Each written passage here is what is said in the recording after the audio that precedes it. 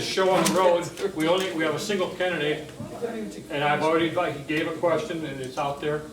And Abraham, you're gonna have a minute to introduce yourself to the panel, you know, who you are, why you're here. Then they will ask questions, and you're gonna get a minute to answer each question. And you're gonna hear a beep. Don't worry about the beep. The beep gives you a 50-second mark. That means 10 seconds to start winding up. And at the 11th second, your chair may start vibrating more violently as the time goes on. But then you might like it. Okay. See. That's true. Everybody calm down. I said it 3 times. The All right. Who wants to start? Karen or Melody? Melody? All right. First of all, we have the introduction. Go ahead, please. Good afternoon, guys. How you doing? Mike. Good, how are you? Mike, yeah. Yeah, just click on it, make sure it's on.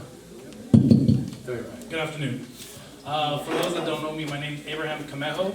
I was born and raised here in Southern Nevada. I'm a native, a resident. I went to school here in Southern Nevada. Went to elementary and graduated from Rancho High School. Also attended a CSN and UNLV. I'm also an active member of my church. I'm LDS. As everybody else is on the news, I'm a Mormon. I served a mission in Brazil for 2 years. So I also speak a few languages. I speak Spanish, English, Portuguese, and a little Italian. I'm a young man. I'm 29. I'm a small business owner. I run our family business, which is called Nobrisa Cleaning Service, which actually stands for Naomi, Abraham, and Isaiah. So it's a family name put together. And that's just a little about me. And I just want you guys to feel free, ask me anything you guys want, and I'm going to help you guys get to know me. Okay, Melody, let's start this one off. Good evening, Mr. Camejo. Thank you for coming for this interview. I'm looking at this, and it says you are a small family-owned business, and you're looking to represent all of your small business owners, and you want to know how you can best represent that particular group. Your opponent came out and supported amnesty. Do you support amnesty, and if so, or if not, how does that affect your community as you being a business owner? Okay, amnesty is something really complicated these days. I do believe that we do need it. This country is a country of immigrants. I also believe that we need to do it legally, the rightful way. There's many people in the community and in Southern Nevada and in this country that that have been, paying their taxes and being part of the community. Now, those that just honestly are been just causing problems to the community. Just not being lawful citizens. I believe they shouldn't even be here. For those that have been paying taxes that want to contribute to the community, to the country, and have family members here, I believe we do need an amnesty program. As a small business owner, I do also see it as a problem. As a workforce, it's hard to hire people. It's an expense to do the E-Verify programs. And then having to let go of somebody because of their immigration status, even though they're a great worker. And is there anything else? Or? Okay, now you can go. No. This is just your countdown. Okay. Our biggest issue right now in the state of Nevada and in the country, but especially in the state of Nevada, is the lack of jobs and unemployment rate being the highest. What do you see as your job if you get elected in order to make Nevada attractive to both employers that are here to expand as well as to attract companies from out of state? Okay. As an employer, as a small business owner, I believe we need to advertise more for our tourist industry. Even though we need to stop relying on it, we need to have a way where we can promote more visas for tourists to come to Southern Nevada. We also need to provide more incentives to get for example, the Olympics, the Winter Olympics in Northern Nevada. These are jobs that can be created here in Nevada that can last for many years. For example, Utah had the Winter Olympics in 2002. They're still currently advertising that they hosted the Winter Olympics, and as an advertising, I believe Nevada can use that in Northern Nevada. In Southern Nevada, we just need more tourism from Brazil, from Mexico, from Europe, we need to, have a way where we can liberate the visas for our tourists that want to come spend money here in our city, that we can have them, come here. And I believe that's one way we can create jobs, and then also to bring jobs from out of the other states. We want to offer them incentives, buildings, cheaper buildings, lands, different, whatever the reason is. I'll ask you about the flip side of the same question. What are we doing right now as a state, whether specific statutes, specific taxes, or specific agencies perhaps, that is in the way of development? Right? What one thing should the next legislature cut and kill that currently exists that would give us the greatest benefit for economic growth? I believe we need to put a, not cut, but maybe a hold on the expenses that businesses currently have to hire new employees, to for example, in my business, we have a big expenses on just to employ somebody, from the business taxes, from licensing to workers' comp insurance. All these expenses, I'm not saying they're not necessary, they're there for a reason, but these expenses are hurting a lot of small businesses, like myself.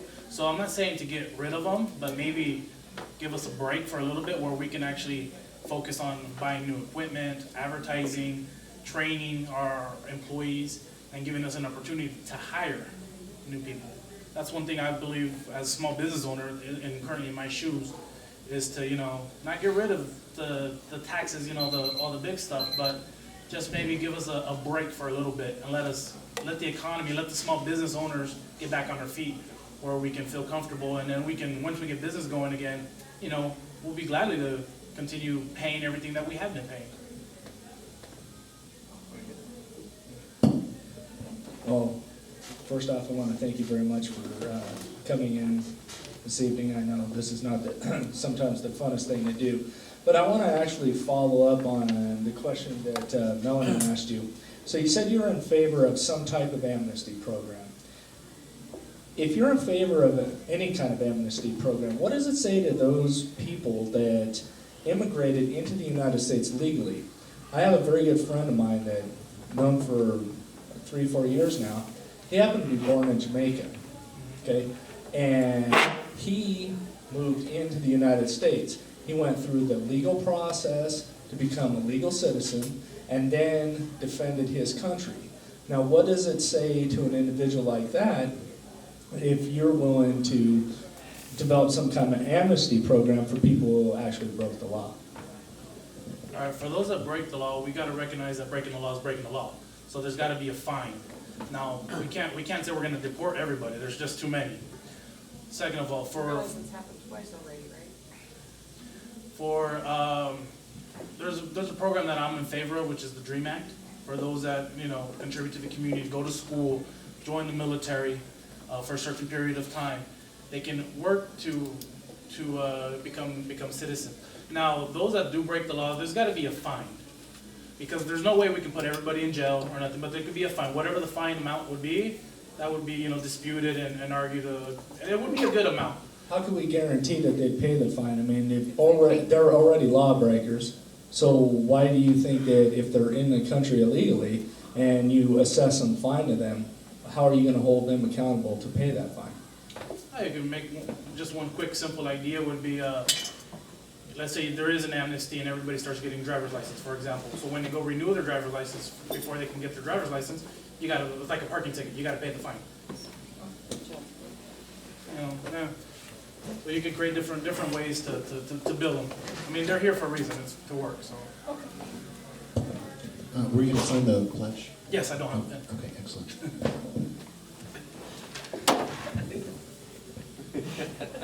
Yeah, I'm actually gonna ask you some questions about this in a minute. Candidate injured.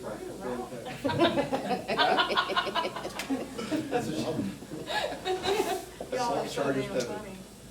So, You need a lawyer? regarding the veterans courts, are you familiar with that? I'm familiar, I don't know everything. I do know a few things. my mom used to be part of the Employer Supported National Guard and Reserve. So as a kid, I used to tag along to a bunch of the meetings. My brother is in the service. He's currently stationed. Veterans courts, right now, there's a special veterans court. If a vet is criminally charged with a misdemeanor for drug possession, drug use, would go before a judge in a special court that handles that issue and get special treatment to handle their addiction. Would you support expanding that through legislation at the state level to open up more courts, more services, and more legal issues essentially, so that those vets can have an ability to get back on their feet? I would say yes. The reason why, it's honestly, it takes a military person thinking to understand the problems that they're going through. I have many friends that served in Iraq that are currently going through counseling. I mean, they had bombs and their friends died, and I had to bury one of my friends and call his parents and tell them, hey, your son died. So I've been there. Regarding what the situation would be, it would have to be determined. Let's say if it's a DUI, for example, we will let the court decide, well, why was he drinking? Was it because of a war problem? Or was he, is he fine and was he just drinking? And so maybe it should go through a civil court. If it's something where he may be having personal problems, I believe a military court would benefit him, especially for veterans, because not to say that they get special treatment, they did serve our country, and we need to respect them, we need to treat them differently, because there is a lot of problems that do happen while serving, positive and negative. So I would be in favor of an option if the veteran would want to go to a civil court or a veterans court, whichever one you feel. Thank you very much. Olá, Senhor Comeu. Muito prazer. Placer igualmente. My question for you is, can you tell me the difference between a state senator and a state assemblyman? The easiest way I can break it down to you would be on the national level, because you'd be surprised how many people don't know what a state assembly or a senator does here in Nevada. So the easiest way for me to break it down to you is assembly would be like the Congress, and a senator would be like the federal senator, and then the governor would be like the president. This is how I've been actually having to break it down to my friends that don't pay any attention to politics. It's the easiest way to break it down to you. Assemblyman is, it's where we take the laws and interpret it. If it gets passed, it goes to the Senate. If the Senate approves it, it goes to the governor and becomes law. Doubt. Thank you. Any follow-ons? Yeah, just one quick one. One quick follow-up. So, an assemblyman interprets the laws. That's what you just said. And he interprets the law. He represents the community. Would write a law depending on what the issue is. It's a representative for the community. Okay. The person that really interprets the law is a judge, But at the community level, there's a lot of people that just honestly don't even know what a city councilman does. Oh, yeah, no, I don't. You said you had a follow-up So question? is he, so is Leo. Okay. That was my follow-up question. I was just curious because you said interpret laws. Okay. Well, there's a lot of people that just like, what does this law do? And it just be a point of reference, as a community leader. So he interprets to the community, not Yes. interprets for enforcement, okay. Yes. Going back to the whole amnesty question, I'm an immigrant, and my family had to wait for multiple years to get permission to come to the United States. And those were years where they were being abused by their employers, because they're leading in communist country at the time. Just based on fairness, how is it fair that you have millions of people that want to come to the United States, not to make more money or work, they just don't want to die. They don't want to be murdered by their government, they don't want to be murdered by, whatever's going on, whether it's Sudan or other countries. How is it fair for those people to have to wait in line where someone could just run across the border here or swim across a river and then get amnesty? All right, I'll give you just a little more background on myself. My dad's from Cuba, and he came over back in the 80s. My mom, She came over through a student visa many years ago, and they both became citizens with time. Those that are crossing the borders, those that are, first of all, they're endangering their lives. Second of all, we do need border security, in my opinion, just because of the drug cartels and the number of reasons why. Those people that have been here the longest, I don't know how we would determine an age, and I would determine, record keeping somehow that these citizens, these people would have to come up with, and to show that, they've been actually living here rightfully. Now, of course, we want to incentive them to do it the right way. My fiance lives in Brazil. We're currently waiting for her visa to come through. I'm not going to put her on a plane and bring her through Tijuana or something like that. There's certain ways that you need to do this. And unfortunately, those that are crossing are literally, they're seeking better lives for their families. And they're just looking for the American dream. And so for being that, they may not even know the laws because of their education. Like, for example, in Mexico, there is a program that their communities and their government is trying to teach and give incentives for their citizens to stay in their own country. But then once again, then you got the cities like Juarez that has drug cartels, and honestly, who wants to stay there when you can't even go to the store and you get shot? It's like Iraq and Mexico right now. So you got to determine the reasons. Now, the paperwork, why it takes so long, there's a problem right there. I mean, this country is an immigrant country. We should process paperwork maybe a little faster. Do background checks and maybe screen.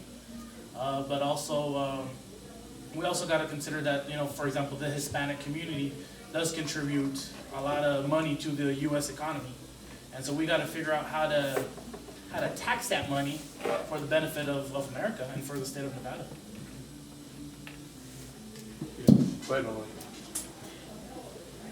Abraham, you're running against an incumbent in your district. What sets you apart from her? And why would you run against somebody who's already established?